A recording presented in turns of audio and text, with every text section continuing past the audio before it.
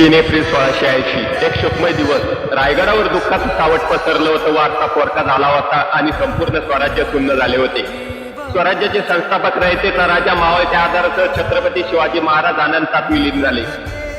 शिवाजी महाराज अनंतात विलीन झाले त्या दिवशी रायगडाची कडी अश्रू ढाळत होते.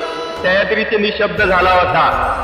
महाराज, तुम्ही शरीराने आमच्यात नसले तरी तुमचा विचारांनी आम्ही जिवंत आहोत. तुमचं धैर्य, तुमचं स्वराज्य, तुमचा आत्मसन्मान रक्तात धडधडतो. आजही आमच्या शिवराय कधी मरत नाही. ते इतिहासात नव्हे हृदयात जिवंत राहतात.